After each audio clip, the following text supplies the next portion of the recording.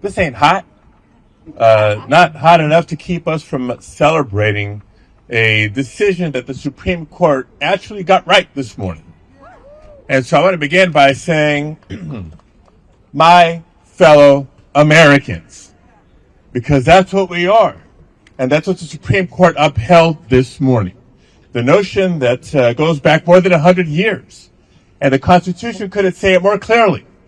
If you are born in the United States, you are a citizen. Period. It doesn't get more clear than that. And so the Supreme Court got it right this morning.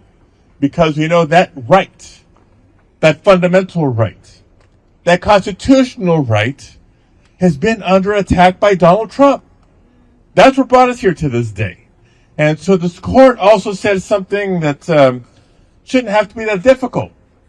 The Supreme Court of the United States said, no, Donald Trump, you do not get to decide who gets to be an American.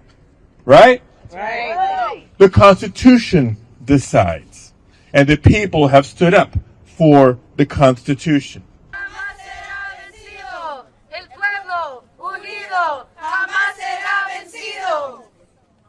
Today's decision was also a matter of respect. A respect for people who have come to this country over the course of generations. Like my parents, when they came from Mexico in pursuit of the American dream.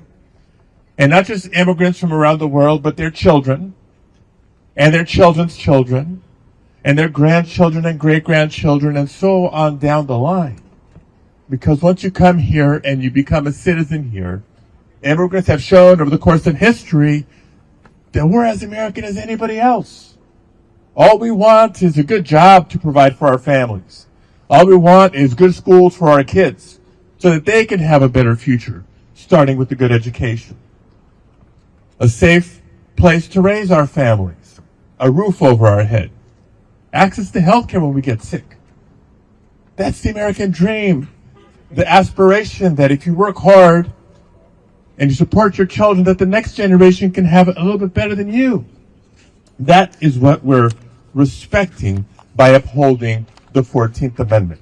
Show me what democracy looks like. This is what democracy looks like. Show me what democracy looks like. This is what democracy looks like. Show me what community looks like. And when the 4th of July celebrations are long over, we'll continue to have more work to do for two reasons. Number one, we know Donald Trump's not going to stop. His attacks will keep coming. He'll work on another executive order or try to get the Republicans in Congress to pass another bill, or he'll do something else to try to minimize who gets to be an American, who gets to be a citizen. And so our work to resist will continue. And if my math is right, we have an important day in about 126 days from now. It's called the November midterm elections. And just as our power was heard in the Supreme Court this morning, our power is going to be heard at the ballot box this November. Because we're going to continue to organize, we're going to continue to vote, we're going to continue to legislate, we're going to continue to litigate. We'll do what it takes to defend the Constitution and defend the American dream.